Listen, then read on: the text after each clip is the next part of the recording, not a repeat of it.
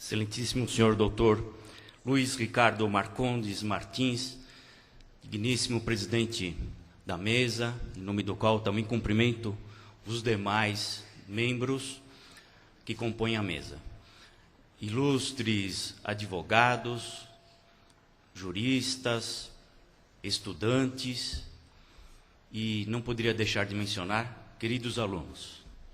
Um orgulho imenso revê-los neste evento tão importante para a comunidade jurídica, especialmente a comunidade previdenciária, que tanto luta por uma sociedade justa, por dias melhores num país que ainda está num caminho de amadurecimento, de conquistas sociais.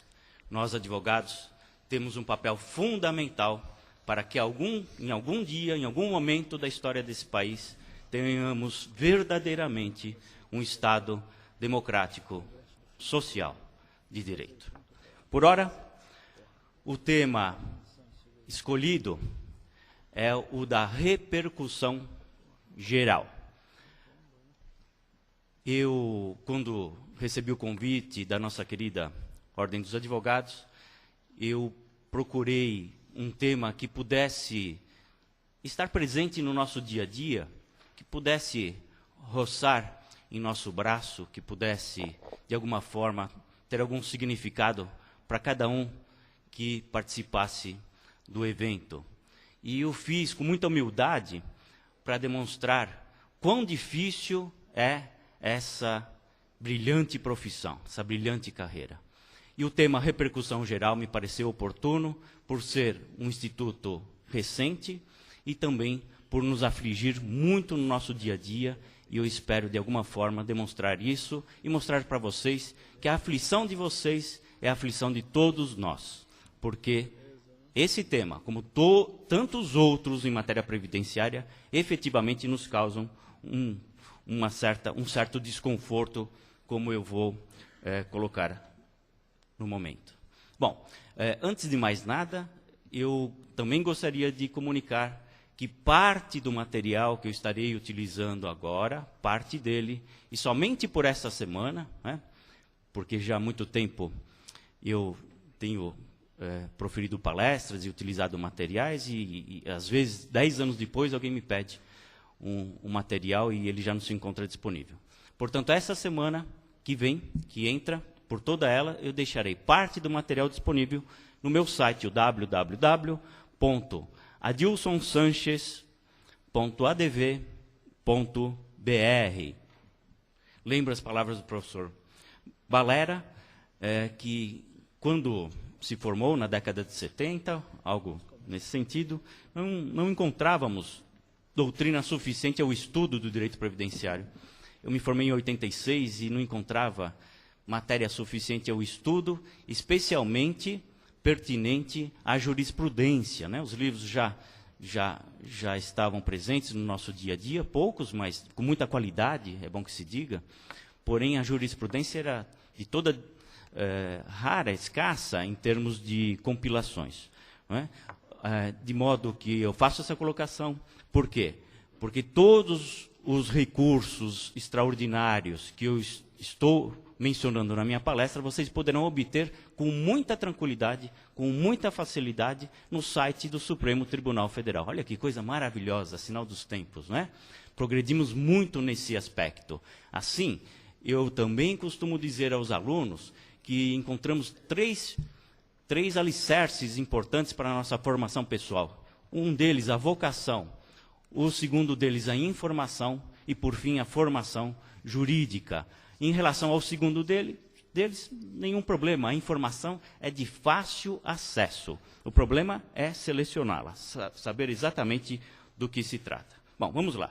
Sobre repercussão geral, é necessário que se diga, inicialmente, como surgiu esse instituto no nosso ordenamento jurídico.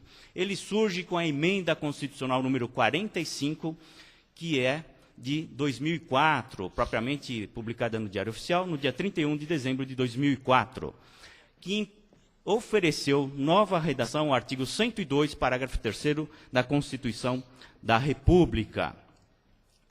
A lei infraconstitucional pertinente ao tema é a Lei 11.418, publicada no Diário Oficial da União, em 20 de dezembro de 2006, que também alterou o Código de Processo Civil, criando a figura da repercussão geral por meio do artigo 543-A do Código mencionado. Por fim, tornando a aplicação desse instituto pronta, total, efetiva, a emenda regimental do Supremo Tribunal Federal, de número 21, publicada no Diário da Justiça da União, em 3 de maio de 2007. São esses os diplomas que importam ao estudo da repercussão geral. Do que trata a repercussão geral, afinal de contas? Trata a repercussão geral de um requisito intrínseco de admissibilidade do recurso extraordinário. Intrínseco porque, propriamente, não se preocupa com os aspectos periféricos, os aspectos externos, como poderia mencionar, a tempestividade, o preparo. Preocupa-se, sim, com o próprio tema debatido no recurso. É assim, intrínseco. E compete exatamente ao próprio Supremo Tribunal admitir ou não a existência dessa repercussão geral, de forma que a natureza é simplesmente declaratória. A natureza é declaratória. A razão da sua existência é simplesmente filtrar os temas que chegarão ao Supremo Tribunal Federal, de acordo com requisitos próprios que vamos estudar ainda agora. De modo que, verdadeiramente, criou-se um óbice para que a Suprema Corte venha ou não se manifestar sobre um determinado tema, de acordo com requisitos da própria lei. É assim declaratória a natureza e, inclusive, poderá ser manifestada pelo Supremo. Essa decisão, essa manifestação será irrecorrível. Encerra-se aí, não se tem nenhum prolongamento posterior. Assemelha-se muito com a súmula vinculante, que, como o professor Balera também já esclareceu, vivemos um tempo, os prejulgados, que foram considerados inconstitucionais, porque antecipavam-se aos temas ainda não debatidos em relação àquele conflito, em relação àquela lide, o que me remete a discutir se a súmula vinculante também não seria instrumento totalitário, contrário aos interesses da sociedade brasileira, favorável aos interesses de um judiciário que, ultimamente, tem se esmerado na busca de conciliação e pouca estrutura tem para dar conta a tantas demandas que encontramos no nosso país. No caso previdenciário, demandas, muito delas, né, absolutamente, provocadas pelo próprio Estado. O próprio Estado provoca a existência do conflito e o próprio Estado, que terá o poder de dirimi-lo, acaba criando óbice para que isso ocorra. Sem sombra de dúvida, um fato que não se coaduna com o ideal de justiça, eu diria a todos vocês. Essa repercussão geral, ela deve estar ligada, unida a um grupo social, deve, portanto, extrapolar o contido naquela lide, naquele conflito específico de interesse. Assim, vale mencionar quais são os pressupostos da repercussão geral. Os pressupostos definidos em lei, a legislação já mencionada, são os seguintes: existência de questões relevantes de natureza econômica, política, social ou, alternativa, portanto, ou jurídica. Lembro, econômica, política, social ou jurídica. Sobrou alguma coisa? Parece que não. Talvez o aspecto social aqui seja o mais presente em matéria previdenciária. Mas vamos analisar como tem o Supremo Tribunal Federal tratado essa questão.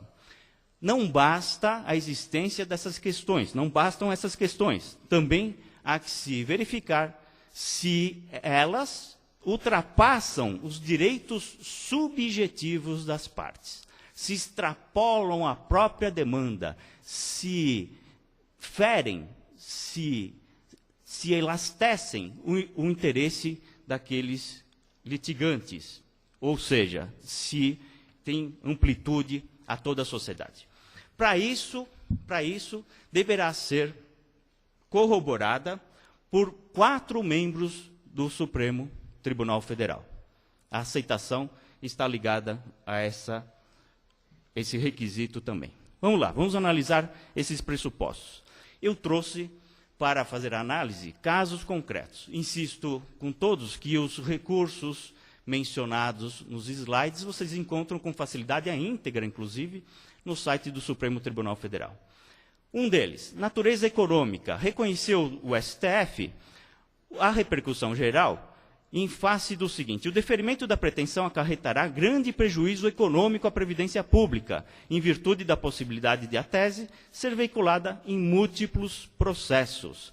É um tema relacionado à possibilidade de ampliar a renda familiar, o critério da renda familiar, para fins de concessão do chamado benefício assistencial, de 1/4 para metade do salário mínimo, por força de legislação posterior de natureza assistencial, que passou a adotar o critério da metade de salário mínimo como fator da renda familiar a admitir o direito ao benefício. Esse tema está lá, encontra-se no Supremo Tribunal Federal, e o recurso extraordinário pertinente é o 567.985. Reconheceu-se pela questão da natureza econômica, uma vez que vai possivelmente atender o interesse de inúmeras pessoas. Outro, também interessante mencionar, natureza social. Segundo o Supremo Tribunal Federal, pode implicar na revisão de um dos mais importantes benefícios previdenciários, que é a aposentadoria, com eventual repercussão para milhões de segurados. Esse tema está sendo discutido no recurso extraordinário 630501, que trata da revisão da aposentadoria por direito adquirido, a chamada possibilidade de aplicar o critério mais favorável ao beneficiário. Esse tema também está no Supremo e foi reconhecida a sua repercussão geral por questão social. E a questão jurídica? Todas elas, na verdade, compreendem uma questão jurídica. E é por isso que é difícil admitir essa repercussão geral como um instituto basicamente técnico, jurídico e não político. Não é verdade? Mas nós sabemos, e a doutrina registra, que o Supremo é uma entidade política. Vale registrar e não vou ingressar em detalhes a esse respeito. Natureza jurídica. Manifestou a natureza jurídica o Supremo no seguinte recurso extraordinário, declinando: a interpretação a ser conferida por esta Corte, notadamente acerca da competência para dirimir os conflitos de competência entre juizado especial e juízo comum, norteará o julgamento de inúmeros processos similares. É um recurso em que trata de quem é a competência para julgar um determinado assunto em matéria previdenciária. Vejam só que interessante, eu tenho mencionado aqui, e vou fazer até o final da exposição, questões previdenciárias. É claro, não poderia ser diferente, é um congresso de direito previdenciário. Mas vale destacar que parece a repercussão geral um instituto de direito previdenciário.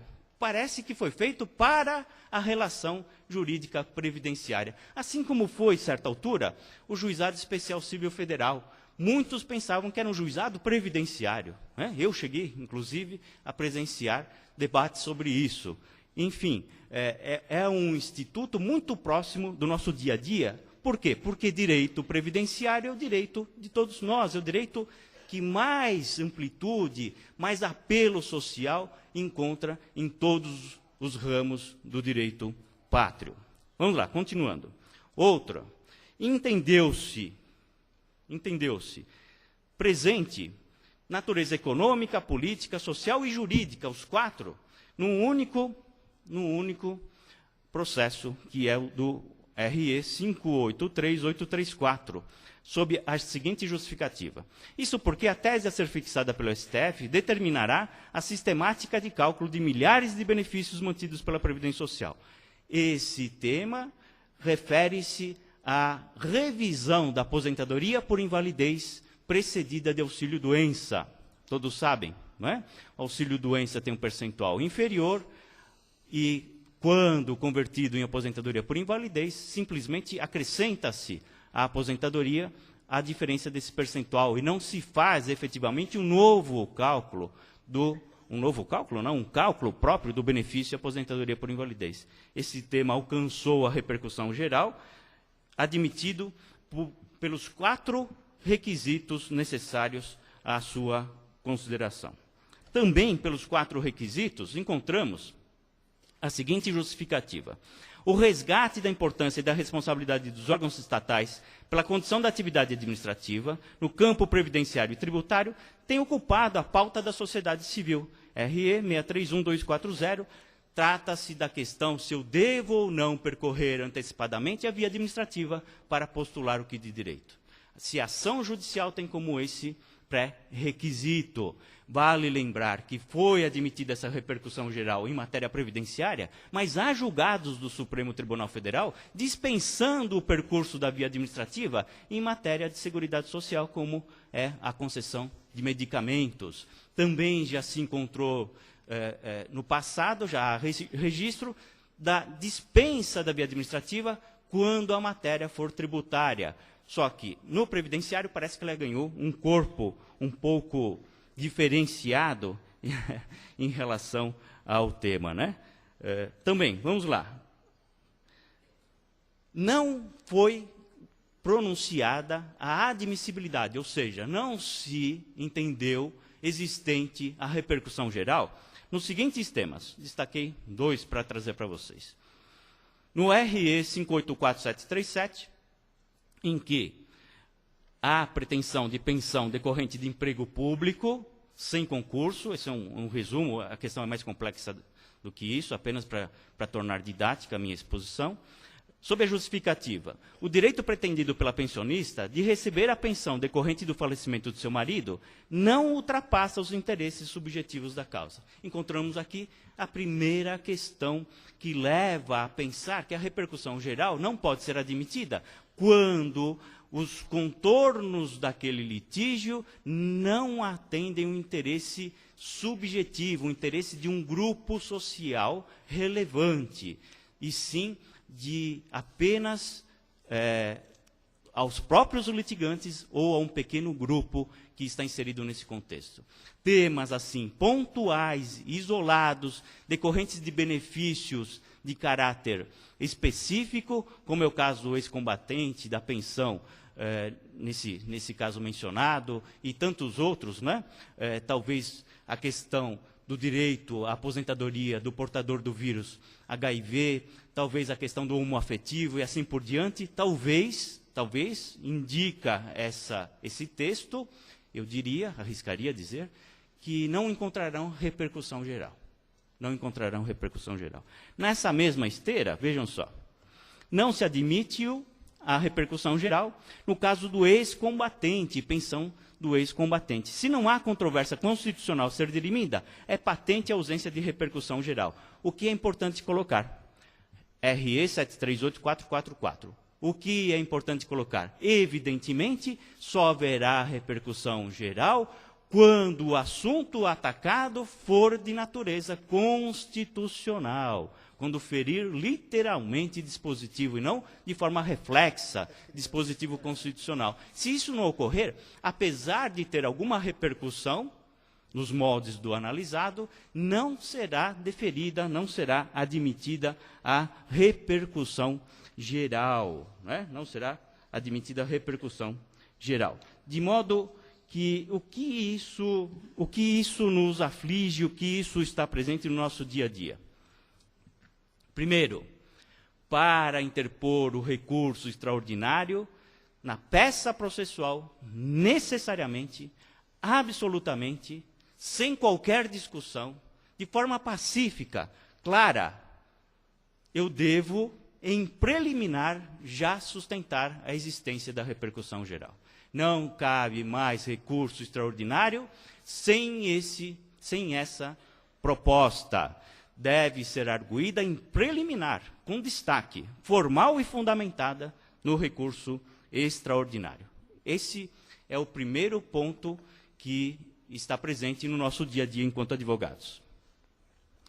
Lembrando que sempre haverá repercussão geral em caso de decisão contrária à súmula ou jurisprudência dominante do Supremo Tribunal Federal. Da mesma forma, devemos apontar em preliminar qual é essa súmula, qual é essa decisão que considera-se dominante perante o STF. Lembro que deve ser jurisprudência atualizada, que deve ser transferida ao texto do seu recurso, da sua peça processual. Ainda que de conhecimento por todos os ministros, né? Às vezes até uma indelicadeza a gente mencionar uma súmula, transcrever um artigo de lei, às vezes até uma indelicadeza, porque pode pronunciar que estou alertando que o julgador não tem conhecimento, mas nesse caso o formalismo impera. Devemos assim fazer essa explanação. E vejam só, eu tive a curiosidade de trazer para vocês um recurso extraordinário do nosso querido INSS, né? Evidentemente do seu procurador, em que ele se preocupa em apontar esses requisitos estudados por nós nesse momento. E foi feliz, porque esses assuntos têm ido ao Supremo mais por força do recurso interposto pelo INSS do que propriamente pelos beneficiários. E vejam o que... Isso aqui vai virar algo como colar e copiar, né? Odiável forma da advocacia nos tempos modernos, mas, enfim, é assim. Vejam só, ele arguiu aspecto social, econômico e jurídico nessa matéria. No seguinte sentido, aspecto social. A previdência social, como direito social, já implica na existência do requisito de repercussão social. Ponto final. Sem maior esforço. Aspecto econômico. A repercussão geral do ponto de vista econômico, também porque o INSS haveria de sofrer vultoso prejuízo financeiro. Ponto final. Sem maior esforço. Obviedades, né? Obviedades no campo da advocacia previdenciária. Aspecto jurídico. Implica grave ofensa ao artigo 5º caput, como será demonstrado. Enfim, por mais que pareça a repercussão geral um monstro de 7 cabeças, guarda verdadeiramente uma simplicidade que nos remete ao seguinte pensamento. É verdadeiramente um óbice de natureza política, né? Um óbice de natureza política, a desafogar a Suprema Corte para assuntos que lhe são propostos, né? É isso, basicamente isso. E a repercussão geral tem encontrado guarida, pelo menos nessa situação, nesse caso concreto que eu trouxe para vocês, pelo Supremo Tribunal Federal. Vamos lá. Já disse e vou repetir. Toda decisão de inexistência de repercussão geral é irrecorrível. É irrecorrível. De modo que esmerem, caprichem, tinta neon, né? Fluorescente, com indicação por meio dos recursos encontrados na informática. É formalista a situação e vocês devem acompanhar esse formalismo, sob pena de ver dispensado um recurso que pode ser muito importante para o deslinde daquela situação. Eu trouxe os temas para a gente debater, temas pontuais. Não sei se eu tenho tempo. Tenho tempo. Então, vou continuar. Eu quero iniciar o debate isolado de alguns casos que eu trouxe para demonstrar quão importante é debater a repercussão geral. Quão importante é a comunidade jurídica tomar pé da situação e oferecer um discurso jurídico e político acerca desse instituto. Por quê? Então, vou ser claro com vocês. Por quê? Porque o cliente lhe procura e diz o seguinte: doutor, eu quero me desaposentar. Eu li no jornal, um colega meu falou, o vizinho já ingressou com a ação, o advogado já me orientou, não é? Eu quero um novo benefício, porque eu me aposentei com 2,5, hoje só recebo 1,5 salários mínimos desse benefício. Eu quero fazer a revisão, não dá, não vou viver mais com o que eu ganho. Quero me desaposentar. Ótimo. A tese da desaposentação já alcançou a repercussão geral. Alcançando a repercussão geral, os processos que tratam desse tema ficam sobrestados, ficam aguardando a decisão do mérito do recurso extraordinário. Ou seja, há um apagão judicial no país.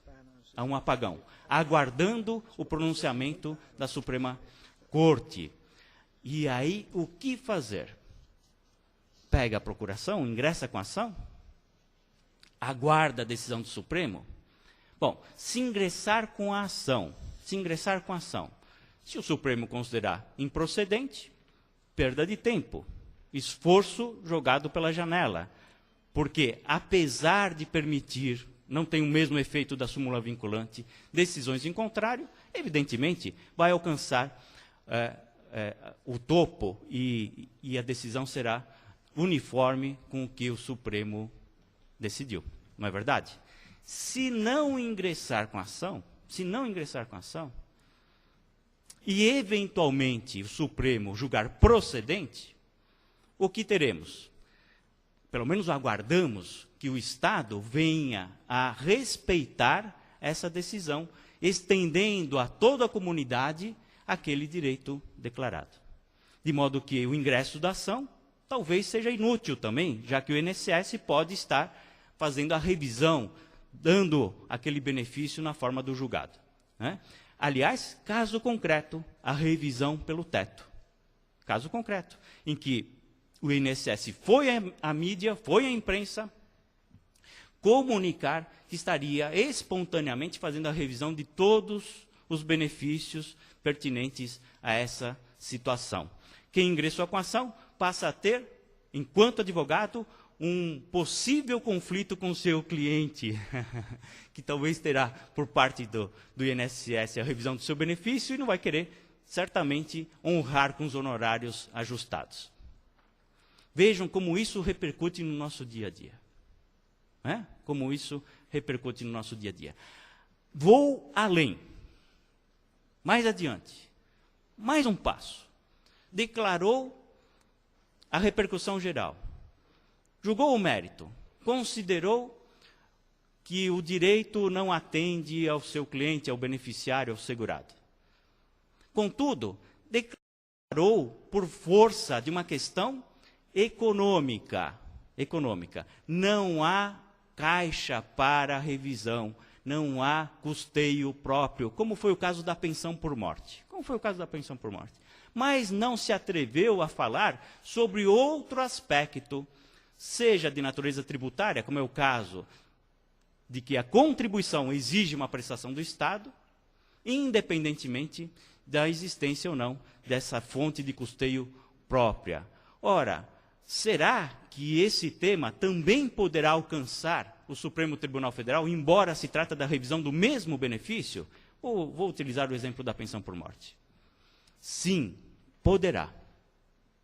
E é expresso no texto de lei, determinando que poderá ser apreciado se tratar de uma revisão de tese ou nova tese a respeito daquela situação. Assim, não podemos abrir mão de teses que não foram apreciadas objetivamente, diretamente. Não é? Ou seja, devemos ainda insistir na condução de uma causa, de um processo como esse. Eu acho que são as questões que mais nos afligem nesse momento quanto à repercussão geral. De modo que, por ora, ingresso ou não na via administrativa antes de pretender ação judicial, antes de mover ação judicial? Bom, eu diria para vocês o seguinte, pelo menos tenho me norteado por isso, vou pelo que a rotina demonstra, né? Vou pelo que a rotina demonstra. Nos países em que há o risco iminente de uma bomba, de uma explosão, de um atentado político, a população já toma como pressuposto o seguinte: não mude a sua rotina. Inútil mudar a sua rotina. Eu não sei se aqui é uma bomba, um terrorismo, um atentado, alguma coisa assim, né? Não gostaria de chegar a esse ponto, a essa conclusão, acho que não se trata disso, mas diria para vocês, não mudem a sua rotina.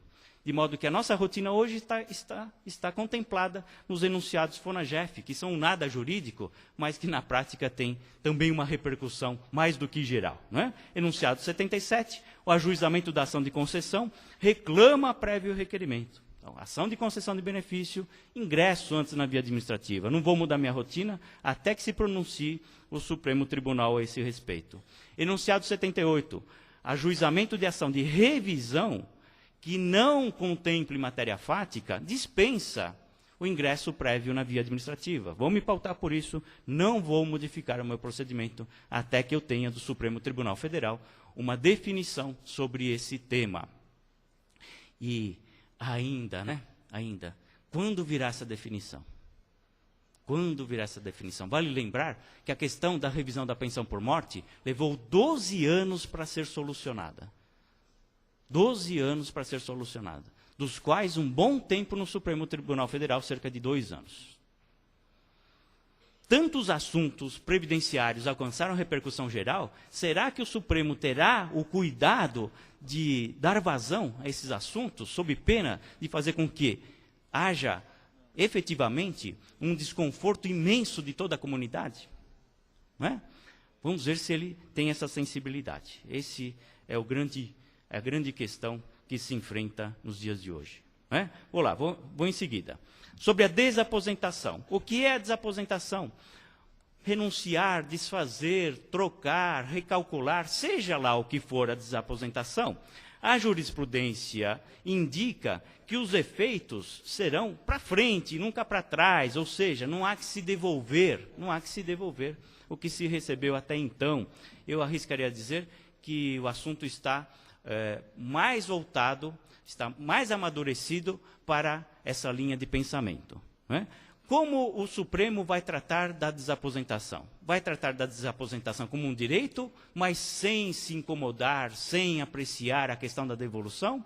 Vai tratar como sendo improcedente essa pretensão dos beneficiários?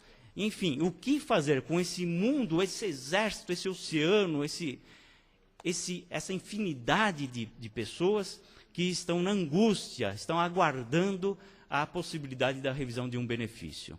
Da mesma forma que ocorreu com o teto, será que se o INSS não tiver êxito na nossa casa maior, ele prontamente fará a revisão dos benefícios? Como ficará essa situação entre cliente e advogado que já postulou em seu nome? Não é? São questões da mais pertinentes e angustiantes nos nossos dias. Aposentadoria por invalidez precedida de auxílio-doença. Será que eu devo mover ação? Será que o INSS vai reconhecer esse direito? Enfim, que caminho vamos trilhar? A jurisprudência também, hoje, é favorável a esse aspecto. Tanto é que alcançou o Supremo por força de recurso do INSS. Né? O que fazer? Mas eu queria mesmo destacar benefício assistencial, conceito de renda, o que será interpretado. Devo abdicar de matéria já sumulada. Vejam só, a renda mensal per capita superior a 1/4 do salário mínimo não impede a concessão do benefício assistencial, né? Que uma vez alcançou a uniformização das decisões, nos termos da súmula 11. Vou deixar de postular? Não, acredito que não. Mas de todos os temas, o que mais me deixa apreensivo é o tema da decadência. É o tema da decadência para a revisão dos benefícios. Que encontrou também no Supremo a declaração de repercussão geral. Vejam só, pacífico o entendimento de que, em se tratando de pedido de revisão da renda mensal de benefício, não há de se falar em prescrição do fundo do direito. Esse tema está sedimentado, ele está concretizado tanto no pensamento da doutrina quanto da jurisprudência. O fundo do direito não sofrerá qualquer reparo, não se sujeita à prescrição, não se sujeita à decadência, é bom que se diga, né? Mas,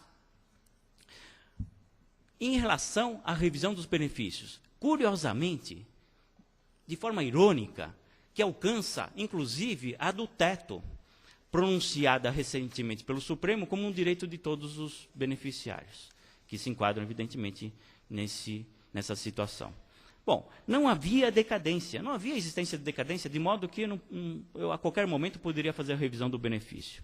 Com a medida provisória, só para fazer um breve histórico, com a medida provisória 1523 de 97, se criou essa figura da decadência, ou seja, delimitando em 10 anos a possibilidade de revisão dos benefícios. Isso foi diminuído com a Lei 9.711 para 5 anos, e, por fim, a medida provisória 138, no último dia que alcançaria os 10 anos que eu mencionei para vocês, ela passou a determinar, no último dia que alcançaria os 5 anos, passou a determinar 10 anos como prazo de decadência de todo e qualquer direito à ação para a revisão de benefícios. Esses 10 anos se aplicam do ato da concessão, se aplicam da vigência da medida provisória 138, ou se aplicam da vigência da medida provisória 1523. Essa é a discussão que encontrou no Supremo a sua manifestação, não é? Na verdade, que esperamos que haja essa manifestação. Bom, até então, as decisões eram favoráveis, determinando que o prazo decadencial não seria admitido para benefícios concedidos antes da medida provisória 1523. Não poderia alcançar antes da medida provisória 1523. Mas esse tema se renovou lá no Supremo. Eu trouxe aqui uma decisão do Tribunal da Terceira Região, trouxe do STJ também, da turma de uniformização.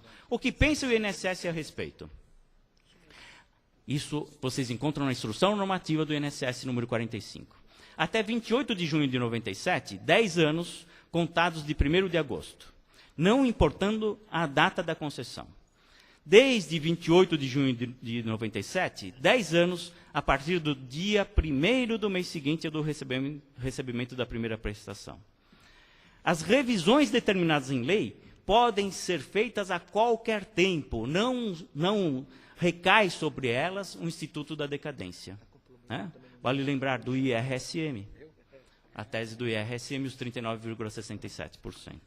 As revisões para inclusão de novos períodos também a qualquer tempo. As revisões para inclusão de novos períodos. Portanto, também não alcança prazo decadencial quando eu pretender inserir novo tempo de trabalho, consagrado, talvez, numa justificação administrativa, por meio de uma prova produzida posteriormente, por meio de um equívoco qualquer, na contagem desse tempo de serviço. É isso o que o INSS pensa. Portanto, eu gostaria de alertar que a questão da decadência, ainda que o Supremo reconheça que ela se aplique de forma geral, ela encontra também uma delimitação no próprio texto da instrução normativa do INSS. São essas as questões que eu gostaria de trazer para o debate, já que estamos num congresso de produção científica, portanto, né? Deixarei um apanhado desse material no site, também vou oferecer à Ordem dos Advogados um apanhado desse material para que todos tenham acesso. Espero não ter tornado a condução do tema de forma muito angustiante e também espero, sinceramente, que não tenha proporcionado a vocês algum susto, né? Alguma preocupação do que vai ser a advocacia daqui por diante. Porque, efetivamente, para quem está há 25 anos nesse campo, eu diria para vocês, sempre foi assim. Advogar na área previdenciária é advogar com emoção, mas com muita fé, com muita realização. Muito obrigado.